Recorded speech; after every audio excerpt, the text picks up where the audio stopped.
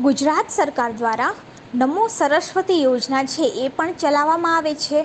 હવે નમો સરસ્વતી યોજના જે છે એ વિજ્ઞાન પ્રવાહની અંદર જે શિક્ષણ છે એને પ્રોત્સાહન આપવા માટે ચલાવવામાં આવે છે.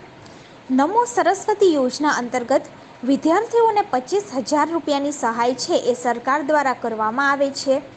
આની અંદર આપણે વાત કરીએ તો 10મું ધોરણ પૂર્ણ કર્યા બાદ 11મા ધોરણની અંદર જ્યારે વિજ્ઞાન પ્રવાહની અંદર વિદ્યાર્થી પ્રવેશ મેળવે છે ત્યારે તેને માસિક 1,000 રૂપિયા એમ ટોટલ 10,000 રૂપિયાની સહાય કરવામાં આવે છે.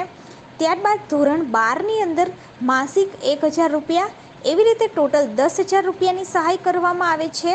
અને ધોરણ 12 ઉત્તીર્ણ થયા બાદ 5,000 રૂપિયાની સહાય છે એ સરકાર દ્વારા કરવામાં આવે છે. આવી રીતે નમો સરસ્વતી યોજના અંતર્ગત ટોટલ 25,000 રૂપિયા છે વિદ્યાર્થીના ખાતાની અંદર આપવામાં આવે છે.